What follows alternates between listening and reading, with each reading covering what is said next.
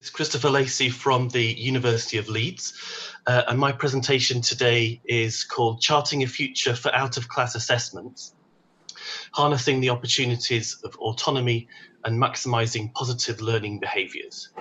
We're going to particularly focus on the portfolio of independent study at the University of Leeds. So I teach on the institution-wide language programme and also on the degree programme for graduates and postgraduates. And we're going to focus on the institution-wide language programme here. And I have most of my students, of course, all of my students, of course, are studying a different degree. Through conversations with students about assessments on my modules and also assessments on their courses, the degree courses, I've got a sense of frustration perhaps of some students that more and more of their assessments are in-class, high-stake written assessments, which are with a kind of high percentage of the module mark. So I want to look at I feel there's a kind of a pressure to end or to reduce out-of-class assessments. So I want to kind of respond to this trend and look at the portfolio of independent study to do so. So an overview of the presentation. We're going to look at where the portfolio sits within the assessment landscape at Leeds. We're going to look at the format and the approach that I have taken. Then we'll have a look at some excerpts from portfolios so you can get a more concrete understanding of actual the product that the students produce. We're going to look at the strengths of the portfolio, so the advantages in facilitating positive learning behaviours that we want our students to show. I'm going to introduce something called granular criteria, and then going to look at the potential disadvantages and risks to out-of-class assessment and how we can design out those risks through carefully constructed, designed assessment. So the assessment landscape, and as the photograph would suggest, I think that the assessment landscape should be varied, rich, and have different elements so the students can show their different strengths through the different range of opportunities. So just to look at give a bit of background about the modules that I'm referring to. These are the LFA, which is Languages for All. This is the institution-wide language program. The beginners and elementary modules for Korean and Japanese. I'm a Japanese teacher, but also the Korean modules follow the same pattern. We have 3 assessments within the module. The first one is at the end of the first semester, week 10, and this is an in-class comprehension tasks. These are 2 discrete tasks focusing on reading and listening. And as the key shows at the bottom right corner, these are teacher-directed assessments. So the tutor obviously designs the tasks, and the students have to try to jump through that teacher-designed task. The second assessment element, which we're going to focus on today, is the student-directed assessment, the portfolio of independent study. And we look at, this contains 2 skills at Leeds. And the key part of this is text analysis and language understanding showcasing. So 2 elements to that, reading and writing. And then finally, in the exam period in May and June, we have a speaking test, which has 3 different elements. It has a role play, mini presentation, and a conversation.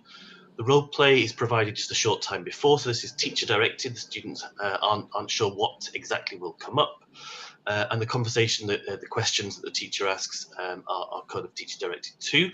There is a space for a student directed assessment there. The mini presentation is prepared beforehand by the student, and the student can decide the topic and the area of research. So the key thing about this assessment landscape is that it's designed to be varied and to provide the greatest fairness in evaluation of student ability. So we need to evaluate students as fairly as possible. So a little bit about the background to how we arrived at the current format. The initial format, we introduced a portfolio perhaps about 10 or so years ago. Initially, it had 4 skills, so included speaking and listening too. And it was a mix of teacher and student-directed tasks. And there were rigid word limits for the text and other portfolio components. So it had a very strict structure, a very formulated structure. It's been honed over several years and amended and streamlined. And then with the background of the university focus recently in the last few years on less assessment done better. So we've been encouraged by our university to reduce the number of assessment components, but make them more robust. And then in this final session that we've just finished teaching, the 2019-2020 session, it was simplified and streamlined further into these reading and writing elements, which I introduced just a moment ago. So the only rule, really, is the overall page limit. So the beginners modules have 12 sides of A4, the elementary modules have 14 sides of A4, but within that, they're free to be a lot more creative. So recent goal has been to streamline the task and enhance opportunities for creativity. So we need to provide lots of examples of portfolios. It may be new element of assessment for students. So we provide students with an example format to give a bit of scaffolding, a bit of structure. So we say one example of a good portfolio would be perhaps a rationale at the outset to where the student outlines their goals or where they see their current level of Japanese. Then you might want to select one or more texts and kind of analyze and annotate those texts. And then the second part would be the writing element. This could be a single composition, or it could be several short compositions, and then to analyze the language that you use within that, or to comment and describe. So the reading excerpts should be a little bit higher than the student's level, to a good level of challenge, including some new vocabulary and new grammatical structures, but not too challenging. And then finally, the student could reflect on the whole process. So the key theme of the portfolio is the student is asked to showcase their language understanding. That's absolutely key. And they're encouraged to personalize language, things that they've learned recently in the classroom, to reflect and to engage culturally too. It's a learner-centered model, as I mentioned before. Another advantage of the portfolio is that students can pursue the motivation that brought them to study Japanese and get rewarded for developing that knowledge further. So for Japanese especially, I think there's lots of cultural reasons that students might want to be interested in learning Japanese. So it's nice to give them the opportunity to develop that motivation. And we also encourage the students to focus on the reading before the writing, to encourage application of new learning from the reading in the writing. So they're encouraged to use those new grammar structures, some of those new vocabulary in terms of Japanese, use those new characters, new script elements in their composition too. So the variety of elements creates balance, we hope, a kind of a balanced assessment. It's particularly suitable for languages with a script, so Mandarin, Korean, and Japanese, because there are an extra level of alien language elements, very different to perhaps the student's native language. Lots of aspects to focus on, particularly for Japanese. The grammar is very, very different, and then kanji form and readings. These are the characters. So we encourage students to create, for example, stroke order diagrams to show that they know the correct way to write a character, and then perhaps focus on the different readings of the character, which vary according to the context. So with this being potentially a new type of assessment for students, it does require a lot of scaffolding, or a good amount of scaffolding. So the handbook for students does contain a lot of guidance. So it contains guidance about the way to choose a text for the reading section, and then some potential things that the students could include or should include in the analysis, in the commentary. So this could be a categorized vocabulary list. And they could select the keywords from the text, so they don't have to focus on words which they think will not come up very often, or but not particularly suitable for their level. Students can annotate the text, color code the text as a way of conveying understanding. Students could create example sentences, or they could refer to example sentences found in other sources, so in dictionaries, other textbooks, online, in apps, etc. They're encouraged after that to create their own example sentences and indicate which are their own produced sentences.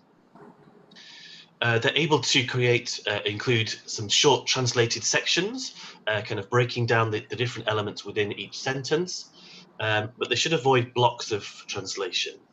They could perhaps summarize the meaning of the text, and also they could give some cultural background to aspects of culture which appear within the text. So let's look at some example excerpts from a few recently submitted portfolios. This is a beginner's level portfolio. This is a part of one of the texts. We expect the student to do a longer text than this. And then here is the commentary on the right hand side. This is a section of the commentary. So you can see it includes vocab list, which is color coded. And then we have kind of commentary and analysis of the different words which appear in the text, and they're referring back to things that they've studied in class or things that they've researched themselves, and then they're robustly referencing at the bottom with footnotes for all of the elements which we haven't covered in class. Elementary level, of course, a slightly higher level. This is a writing composition. This is typed, which is a skill in itself in Japanese, which we encourage students to do, part handwritten, part typed. And you can see different elements of color coordinated that the student has referred to in the following commentary. So it includes word analysis, pronunciation, and then grammar analysis, perhaps. This is another example of an excerpt from an elementary portfolio. This student looked at a folk tale, a traditional Japanese folk tale, and then has kind of teased out these initial, single sentences, and then broken them down and kind of tying them to previous knowledge, and then how they got to understand. So they have to outline the process of understanding, how they got to understand within the portfolio. So as I mentioned, I believe there are lots of different strengths to this type of portfolio, this language analysis portfolio. Of course, it's a student-led assessment. I don't believe that perhaps any assessment is truly enjoyable, but some students have commented that after they've completed the assessment, they found it an enjoyable process. And that they got a lot from it because they feel they learned a lot from an assessment rather than just learning, not really quite sure what will come up in the assessment in class test. Also, there's the aspect of flexibility of timing. So a finalist student a couple of years ago said that she's really pleased that she could begin preparing for the portfolio before the start of the semester. She was very busy during the semester with her final year projects and exams. She was really pleased with the opportunity to get something done to allow her to prioritize better later. And then also here we have, I think, in this present era, we increasingly put the student at the center of our thinking. And I think it's really, if you think about it, extraordinary that we wouldn't provide them with an opportunity to direct their own learning in at least one of the assessments. Another aspect to consider is that the tutor doesn't need to teach to the assessment. I think it's healthy to have at least one element of the assessment mix where this is the case. So we don't need to particularly teach specific grammar or vocabulary or script because each student will approach things slightly differently. It also has strengths in terms of balance and inclusivity. I think it caters for diversity in a range of ways, diversity of learning styles, different student motivations, strengths and interests, and then their cultural background too. Students often have anxiety in time-critical assessments. Sometimes you get a sense that the student's performance is not quite at the level that the student would perform in class. So we sometimes get the feel of frustration if the time-sensitive assessment didn't go well. And as I said before, the variety of assessment format facilitates more accurate evaluation of student ability. In terms of employability, not all skills that employers require applicants to demonstrate can be shown through timed in-class assessments. They can, of course, demonstrate a number of skills, but there are plenty of skills which can't be shown entirely through this method. Here are some examples of some skills that the students could display during this portfolio process.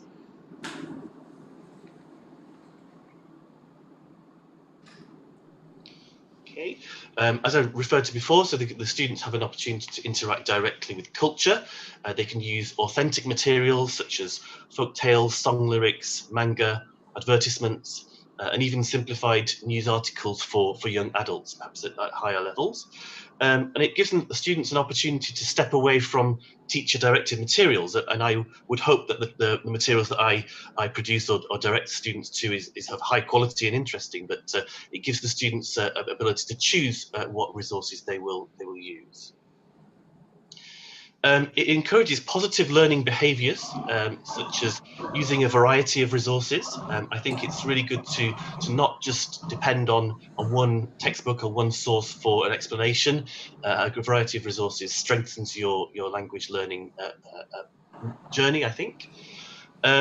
Reference learning from native speakers is permissible within the portfolio in moderation. So a couple of times they could refer to how something that they learned through an exchange lesson with a native speaker, for example.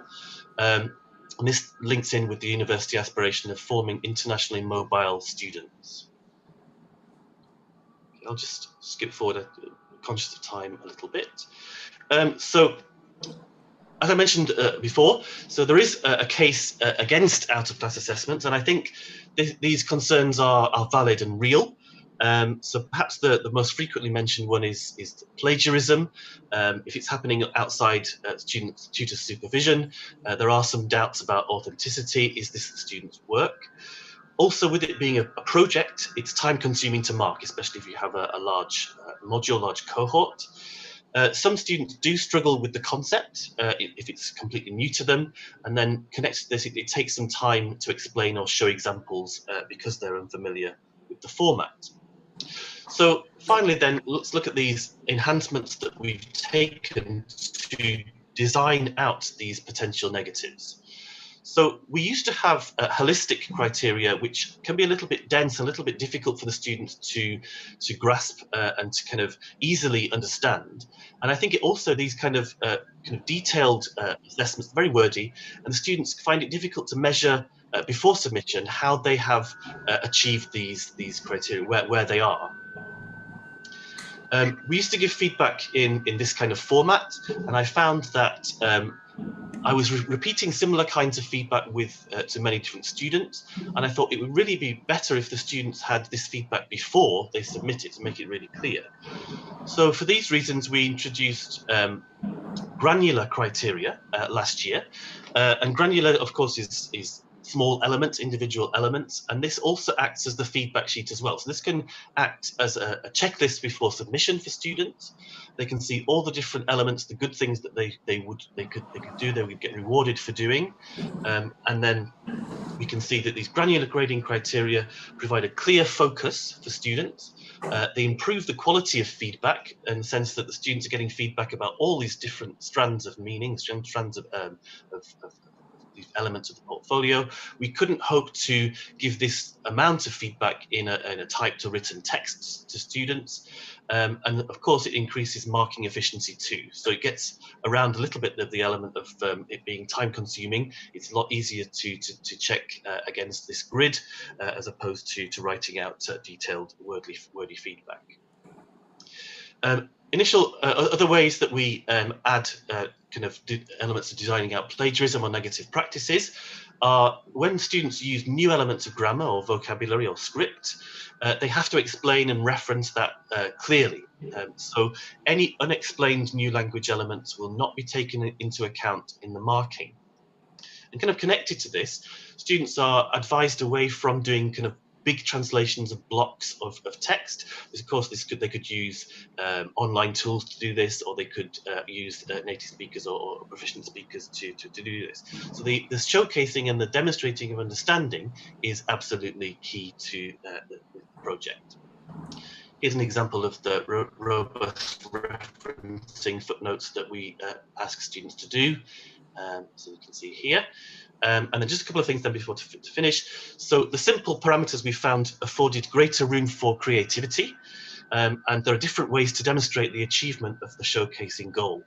And then one way to avoid a kind of pitfall is we give guidance about growing language organically from known components. So we want to avoid students kind of writing out a text in English and then, or their native language, and then trying to translate that into Japanese using a dictionary. That's very, very difficult to make that work, especially at beginner or elementary level. So that generally is not going to be good. So they grow language organically, adding things little by little to what they know.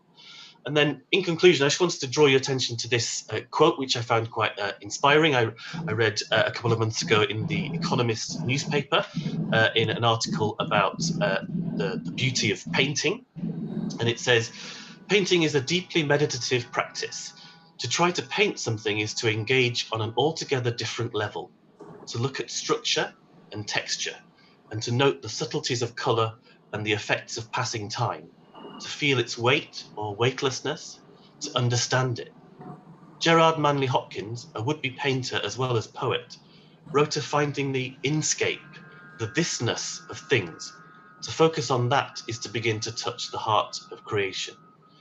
So this kind of neatly expresses my philosophy in relation to the portfolios, that I would like, ideally, the students to kind of work out the inscape of Japanese, the thisness and the kind of the elements that's inside the language.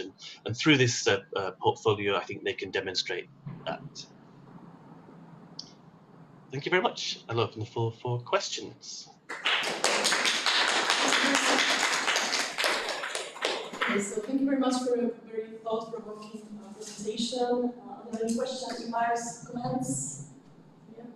May I ask about one detail, and that is the role play. Could you please give us more information on how role play works as a part of assessment or a part of a task that should be assessed? So part of the speaking test, the role play within the speaking test. Yeah.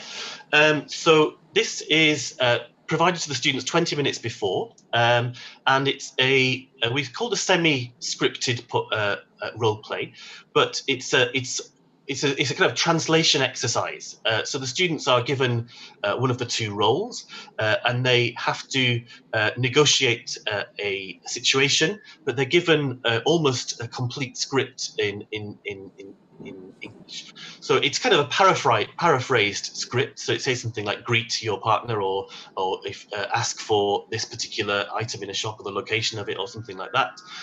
But there is an element, or there's two elements for each student of room for spontaneity, because we have kind of a blank area which says your question or your kind of development of the situation. But it's heavily scripted, and the reason for that is that we do this in pair work in a normal year anyway, and we wanted to design out the risk of a student being influenced by the ability of their partner. So sometimes we get kind of course, pairs which are not matched in terms of ability, language ability. And so if the role play is not scripted or not heavily has a strict focus, I think the risk is that the students may be affected by their partner's performance or losing the way, for example. Thank you. Thank you. I would like to ask you, you mentioned that if a student uses a grammatical form that you didn't go through in class, that he or she should reference it, but sometimes you have these like higher level students who just know grammar that hasn't been done in class, and isn't it kind of unfair to them? I mean, I suppose we should be strict about streaming students initially. So if we suspect that they are in the wrong level or they have extra knowledge prior to the course, we should make sure that they're in the correct level. But I think that if that happens, they're at an advantage anyway, because in whatever test that they take, they can add that extra knowledge and language in a written test or in a spoken test. We reward students for using grammar and vocabulary in a speaking test, for example, which we haven't taught, and we assume that the students have studied it. But it may be the case, of course, that they knew it prior to the beginning of the course. So it is, I suppose, unfair. I'm not really sure of how we can completely design that out, but I'd be interested in hearing colleagues' thoughts on that. Yeah, thank you. I actually struggle with the plagiarism, with the risk of plagiarism. So I was like interested in your suggestion, but maybe other people can contribute as well. Thank you. Any other question, remark? Okay, I wanted to ask you, what are the students' reactions to this kind of assessment? What do they find problematic, or what do they find strong points? What are their viewpoints? I think the initial explanation can be a little bit daunting. This is the second assessment within the year, so the students receive the handbook at the beginning of the year, so they have plenty of opportunity to kind of, they know this assessment is coming up and kind of get a little bit of understanding about the assessment before it becomes the actual assessment that we're doing. But I think it can be, because it's so novel and because it's a very new type of assessment, some students can struggle with the concept. That's where the scaffolding and the information really helps. One thing that I've developed over the years is using the online platform Padlet. You may be familiar with that. So it's an online platform where you can create lots of different walls and students can contribute to. Students can ask questions there and I provide the answers there, and I leave those answers on if they're relevant into following years as well. So I ask the students to read the question and answer board, and hopefully that allows them to get a greater understanding of the assessment. And then if they have a question which hasn't been answered, they can also add that, and that will help for future students as well. So yeah, scaffolding is key to get around those concerns, I think. Thank you. Anything else you want to ask or comment? Okay, if not, thank you very much, Christopher, for connecting with us. Have a nice day, and thank you. Thank you very much. Enjoy the rest of the conference.